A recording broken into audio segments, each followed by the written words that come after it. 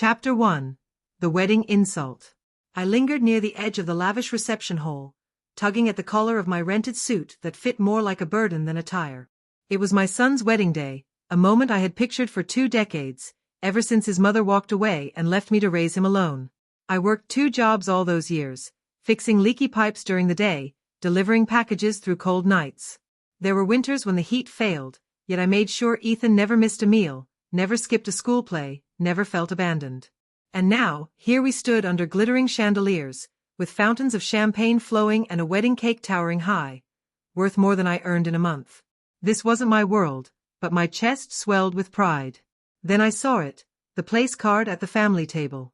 My name was written elegantly beneath the words father of the groom. But in fancy gold ink, someone had added a cruel phrase, uneducated pretend father. I froze, disbelieving. Surely this was some twisted joke? But before I could make sense of it, laughter rippled across the bride's side. Her father, a retired professor, chuckled smugly. Her mother hid her grin behind a manicured hand. A cousin whispered, and the snickering grew louder as eyes darted toward me. Heat crept up my face. Humiliation stung. I scanned the room for Ethan. He was across the hall near the dance floor, smiling for photos with his new in-laws, unaware of the insult. He hadn't seen. He couldn't have. I flipped the card over and tried to sit, hoping the laughter would fade, but the mocking only grew. Then a sharp comment carried across the table. What did you expect? He's just a handyman. Probably never finished school. My gut twisted. Shame and fury tangled inside me. I pushed back my chair to leave. A firm hand stopped me. Ethan. He stood beside me, jaw tight, eyes blazing with something fierce and unyielding. Dad, he said quietly. Let's go. Ethan, it's your wedding, I whispered, horrified. I said, let's go. His voice cut through the music. The DJ froze. Guests stared. Silence swept the hall. Ethan turned to his bride's family, voice steady and clear. You've just made the biggest mistake of your lives. Without another word, he took my hand and led me out into the cold night. By the next day, everything had changed. Chapter 2. The Hidden Power. The drive home was silent except for the hum of city traffic. Ethan's eyes stayed locked on the road, jaw tight, shoulders tense. He didn't speak until we reached our old apartment, the same cramped place where I had raised him despite the wealth he now possessed. As I fumbled with the keys, he finally said, Dad, I saw it. My breath caught. The card? He nodded. I noticed it before you did. I was watching to see what you'd do. Confused and hurt, I asked, why didn't you stop them? His eyes glimmered with an ache I hadn't seen since he was a boy. Because I needed to know if they'd dare humiliate you, the man who sacrificed everything to raise me, on my wedding day. And they did. Ethan pulled out his phone and played a hidden recording.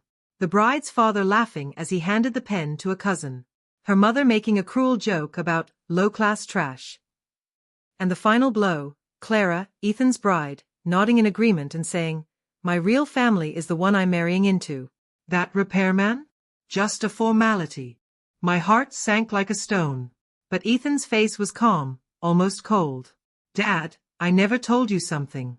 I didn't sign their prenup. You didn't? I asked, stunned. He shook his head. They pushed hard. Even offered to fund my business. But by then, I didn't need them. I'd already built something quietly with a partner. Last year, we sold it, a clean deal. I made more money than they could imagine. Enough to destroy their family empire if I wanted. I sat down, speechless. They thought they were marrying into control. They had no idea I was playing my own game. Ethan's lips curved into a sharp smile. And now the game is over. He opened his laptop and began typing. Tomorrow, they'll learn exactly who they mocked. Chapter 3. The Corporate Reckoning. The next morning, Ethan dressed in a tailored suit. The coffee brewed untouched behind him. Dad, he said, handing me a folder thick with financial reports and legal documents. Today they'll understand who you are to me, not some fake father, but the man who built me. Inside the folder was a shocking revelation.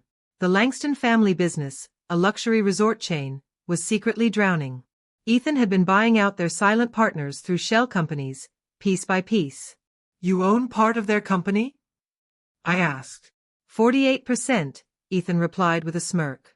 And by 9 a.m., I'll own the majority. At precisely 9:15, we walked into Langston Hotel's glass-walled headquarters. Employees froze, recognizing us from the wedding. The boardroom buzzed with chatter. Richard Langston, Clara's father, sat at the head of the table, still arrogant, still clueless. What's this about? He barked. Ethan slid a stack of documents across the table. As of this morning, I own 51% of Langston Hotels. Verify with your lawyers. The room went dead silent. Richard's hands shook as he skimmed the papers, color draining from his face. You conniving little. Ethan cut him off, voice steady. No, Richard. I'm the son of the man you called a pretend father. The man who fixed pipes at night and worked double shifts to send me to school. The man who taught me honor and strategy. He turned to the board. I'm not shutting the company down, yet. But Richard, Clara, and the rest of your family are terminated immediately. Severance will be mailed. Gasps echoed. Richard lurched from his chair, shouting, This is my legacy. It was, Ethan replied coolly. Now it belongs to the man you tried to shame through me. We left the boardroom in stunned silence, the Langston Empire collapsing behind us. That evening, we stood on the balcony as the sky burned with sunset.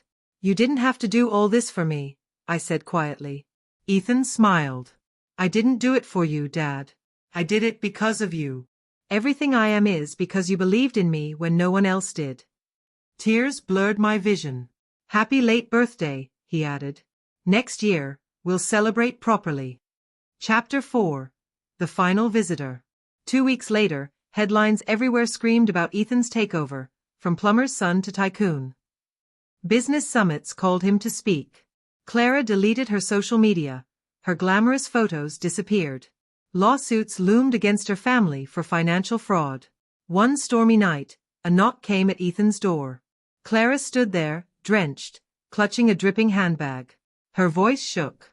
Ethan, I made a mistake. My family pressured me. They told me you and your dad weren't good enough. I see it now.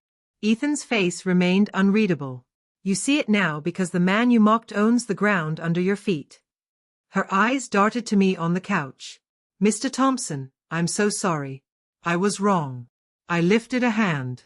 You're not sorry for what you did. You're sorry it blew up in your face. She froze. Ethan pulled an envelope from his pocket. Your family just sold me their last remaining shares. This contract bans all of you from ever owning or working for any Langston business again. That includes you.